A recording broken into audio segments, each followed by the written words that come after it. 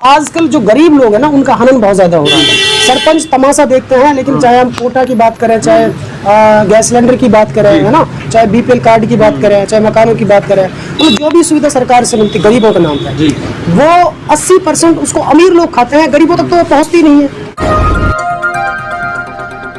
नमस्कार, आदाब, मैं हूं अरशद बीसरू और आप देख रहे हैं मेवात आज तक पर चुनावी दंगल। पहले इसको दे दिया था जर्नल में, है ना, तो जर्नल में जब गई तो पूरा एकदम से शोर शराब हो गया था कि भाई पिनंगवा तो अब जर्नल में चली गई है।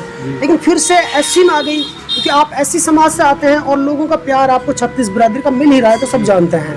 लेकिन एससी में वापस कैसे आ गई? फॉर्मूला थे, वो 3 फॉर्मूला थे। पहला था कि हमारे पिनंगवा ब्लॉक में 41 पंचायत है। 41 पंचायतों में से वहाँ पर हमें पहला जो रूल था 10% से ज्यादा वाले गांव एससी के लिए लेने थे। तो वो 3 गांव थे जी। पहला था बसई खानजादा 28.68%, 28%। सेकंड था पिनंगवा 14.68%, 14.68%। थर्ड था ये अपना सुल्तानपुर पुराना काटपुरी, जिसकी परसेंटेज थी जी 11। सभी को ये पता था कि ये गलत हुआ। उसके बाद उन्होंने मेरी हिम्मत बढ़ाई कि आप मनोज हिम्मत से काम लो, कोई दिक्कत वाली बात नहीं है, हम आपके साथ है चाहे कुछ हो, और आप इसको चेंज कराने की कोशिश करो। हाई कोर्ट का एक रास्ता था हमारे पास, जो अधिकारियों से बात करते लगातार 3 दिन की छुट्टियां दीजिए, तो मैं सीधा चंडीगढ़ का रुख किया। चेयरमैन साहब यादराम गर्ग जी का बहुत ज्यादा सहयोग मिला। हम चंडीगढ़ गए। चंडीगढ़ जाके हमने सबसे पहले एक अच्छे वकील को किया, आसना अग्रवाल नाम की एक वकील है। हाई कोर्ट ने आपको सहारा दिया जी। हाई कोर्ट ने पिटीशन में हमें स्वीकार करी हमारी, और उसी दिन डिसीजन दिया। इन अधिकारियों को धमकाया, इनको बुलाया, वहीं पर सुबह फोन किया, शाम तक ये पहुंचे 1-1.5 बजे तक। उसी टाइम डिसीजन दिया। Pinangwa panchayat should be in SC, और वहां पर डिसीजन देने के बाद हाई कोर्ट किस तरह से हाई कोर्ट का आप शुक्रिया अदा करते हैं?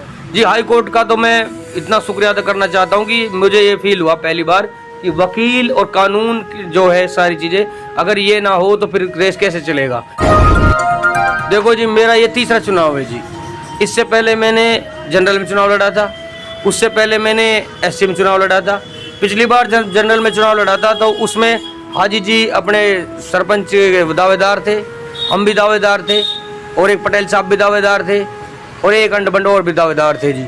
तो कुल मिला के उसमें भी इसी तरीके से हुआ। उस टाइम पर किसी कारणवश भाई जब कोई सरपंच बनता है तो पूरे गांव का सरपंच होता है, जनता ने उन्हें पसंद किया तो वो बना दिए जी। ये संघर्ष चल रहा है जी उसी दिन से। एक गाँव में काम करने की इच्छा है जी। अच्छा, अभी मैंने देखा, मैं बंदरबास की तरफ से आया था, तो रास्ते बहुत गंदे हैं और नालियाँ रुकी हुई हैं पूरी तरीके से। देखिए, मेरी अधिकतर जो हेड मतलब एक मेन लाइन होती है, हेडलाइन होती है मेरी जो पिनंगवा के लिए, वो यही होती है जी, पिनंगवा में चंडीगढ़ का एहसास। देखा होगा कि मेवात की तमाम जो मंडियां हैं वो बिल्कुल चमकती हैं। बिल्कुल। पिनंगवा की मंडी का कितना बुरा हाल है, आज तक किसी ने ध्यान दिया? देखिए, यहाँ पर पिनंगवा में हमारे पास बजट बहुत ज्यादा है, रेवेन्यू हमारे गाँव सबसे बढ़िया है। 16 किला जमीन है, 12,000 रकबा, हमारे पास सोर्स सारे है, ये सारी दुकानें, सारी प्रॉपर्टी पंचायत की है। उसके बावजूद आप बताइए, अगर आपके पास इतना पैसा हो अरशद भाई, उसके बाद आप काम ना कर सको तो फिर इससे बड़ी लानत की बात तो कोई नहीं है। अगर हम पिनंगवा में 6 महीने प्रॉपर तरीके से काम कर ले, लोगों को एक सही तरीके से सफाई कर्मचारी, 6 सफाई कर्मचारी पूरे पिनंगवा में, जबकि कम से कम 40 सफाई कर्मचारी पिनंगवा को चाहिए, क्योंकि भाई सफाई कर्मचारी सफाई काम करेंगे और अच्छे से करेंगे जब उनको टाइम पे तनख्वाह मिलेगी। 1 साल तक उनकी तनख्वाह नहीं मिल रही है जी। अगर 40 सफाई कर्मचारी हो, अच्छे से काम साफ सफाई हो, रस्तों का रुपया अच्छी तरह लगे। मैं बीएनडआर में ठेकेदारी करता हूँ जी, मुझे पता है कि 12 रुपये 100 रुपये का मनरेगा का काम आ रहा है, जो वो 12 रुपये में कंप्लीट किया जा रहा है। रास्ते बन रहे हैं, 9 रुपये की टाइल, 1 रुपये की लेबर, 1 रुपये की मिट्टी, 12 रुपये में कंप्लीट करके 10 रुपया देकर ऊपर नीचे कुल मिला के 22 रुपये में करके ये 78 रुपये को जेब में धर के और फ्री फिर हाँ, ऐसा हो रहा है जी। पैसे को इन्वेस्ट करते हैं, ऐसे इन्वेस्ट करते हैं। जो मुस्लिम वोटर्स हैं और जो हिंदू वोटर्स हैं, दलित समाज है, तो तमाम के तमाम आपके साथ जुड़ रहे हैं लगातार। क्या खूबी आपके अंदर ऐसी? देखिए भाई साहब, हम पढ़े लिखे हैं, अगर कोई भी व्यक्ति जीवन में ज्ञान अर्जित कर लेता, पढ़ लेता, तो उसे अब इम्प्लीमेंट करना चाहिए जीवन में।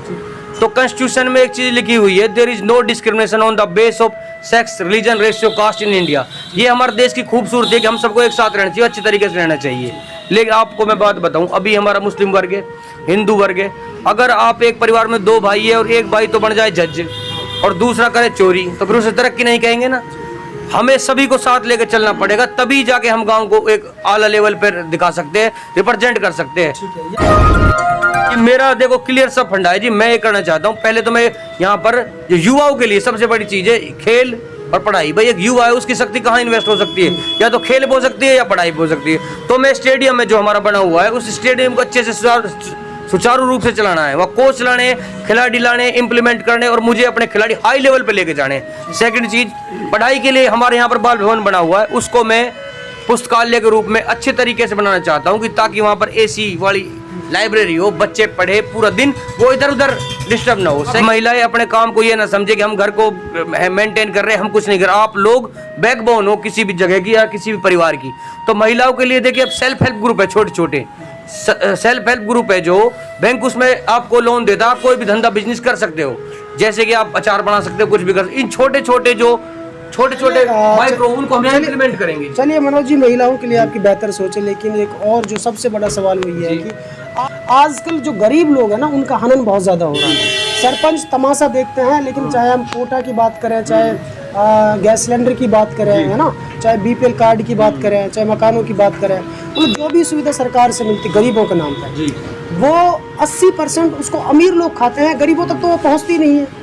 इस लूट खसोट का सिस्टम ही खत्म करने के लिए हमारे पास 20 वार्ड है टोटल। हम यहाँ पर 10 बच्चे लगाने वाले पिनंगवा पंचायत में, जिनका काम केवल स्कीम दिवाना होगा लोगों को कि मान लो कोई स्कीम चली मकान की, अब सब भागेंगे हम। अब जिनमें से एलिजिबल हम उनमें से 2 है, मान लो 3 है, 3 एलिजिबल है और भाग रहे 100 वहां पहुंच गए, तो वो सब वेस्ट हो गए ना। उनका पैसा वेस्ट हो गया, उनका ये भी वेस्ट हो गया, उनकी अर्निंग सब खत्म होगी, टाइम भी खराब हो गया। हम ये करने वाले हैं सर, जो हमारे वो 10 बच्चे होंगे वो हमसे 10-10 हज़ार 20-20 हज़ार रुपए लेंगे अपने काम करने के लिए, लेकिन वो हर महीने 40 लाख रुपए 20 लाख रुपए यहाँ पे हम लेकर आएंगे। वो छांटेंगे कि ये ताऊ हमारे ये बीपीएल मकान के लायक है, या ये भाई के पास मकान नहीं है, इसको प्लाट के लायक है।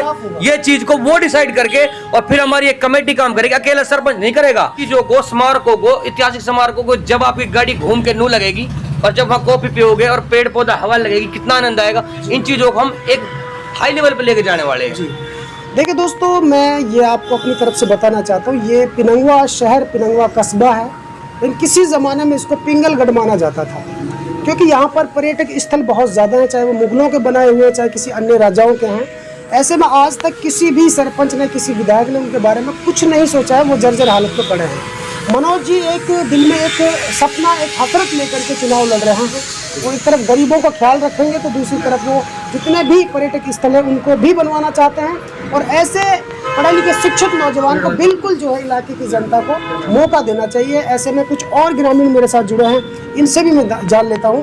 फिलहाल मेरे साथ में गुलदीन जी हैं, जो बहुत ही एक गणमान्य व्यक्ति है यहाँ के। मनोज भाई हमारे जो है पढ़े लिखे एक समझदार कैंडिडेट हैं और सातों बिरादरी का एक जो है बहुत बढ़िया रुझान है, समर्थन मिल रहा है, प्यार मिल रहा है लोगों को। इंशाल्लाह सोच भी हमारे कैंडिडेट की बढ़िया है और काम जो करने की गति रहेगी वो भी तेज़ी के साथ बहुत बढ़िया तरीके से एक कमेटी बना करके काम करेंगे इंशाल्लाह, कोई दिक्कत नहीं। क्या नाम है सर आपका? मेरा नाम जफर है। पिनंगवा में जब से हमने सूरत संभाली है, अब तक ऐसा सरपंच हमने मतलब इतना भावी और इतना जुझारू, समझदार, पढ़ा लिखा नौजवान ऐसा नहीं देखा और ना ही आया। शहर के हर तरफ इन्हीं की चर्चा है, और चाहे वो कोई सी भी जात बिरादरी के लोग हों, वो लगातार इन्हीं का नाम पुकार रहे हैं। लेकिन क्या खूबी है इनके अंदर?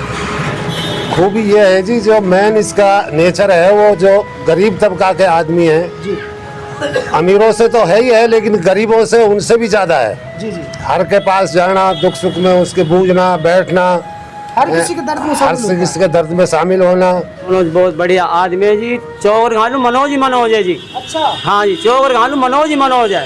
इन लोग कैंडिडेट ही ना मिले और इन लोग, हाँ जी, मनोज ही मनोज है। देखिए दादाजी को आपने देखा, वो कह रहे हैं कि पूरे पिनंगवा शहर में, गांव में, हर जगह मनोज का डंका बज रहा है। ऐसे में एक बुजुर्ग है, अंकल है मेरे साथ, इनसे करेंगे बात। क्या? अच्छा है इसका, बहुत अच्छा, इसका पढ़ा लिखा बच्चा है और ये अच्छा काम करने की सोच है इसके अंदर। और हम पिनंगवा के अंदर घूमते हैं। कल मैं गया था तो मैं इधर के जा रहा था तो रास्ता रुका हुआ था, तो बाइक उल्टी बगदाई और मैं इधर के पहुंच गया, वहाँ नाला भरा हुआ है।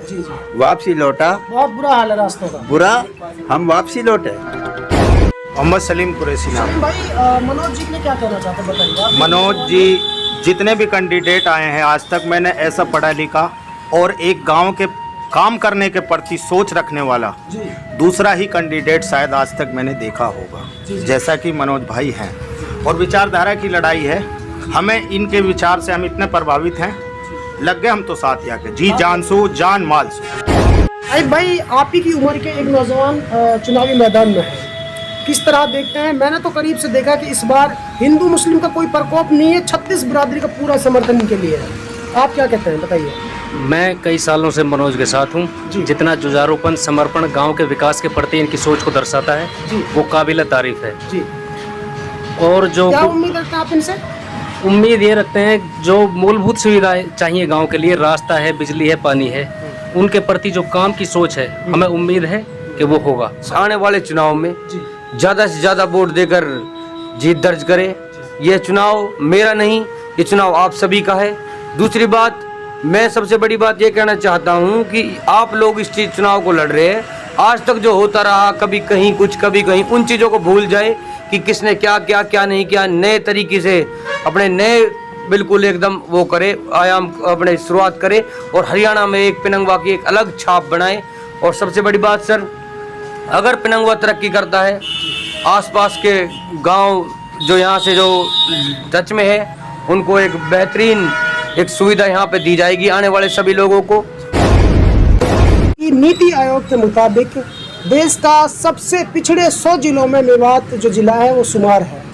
लेकिन इस मेवात की अगर हम बात करें तो नगीना खंड और पिनंगवा खंड जो है, ये पूरे मेवात में ये पिछड़े इलाके हैं। इस शहर को बहुत पैसा दिया है सरकार ने, लेकिन बद से बदतर हालत है इस शहर के रास्तों की।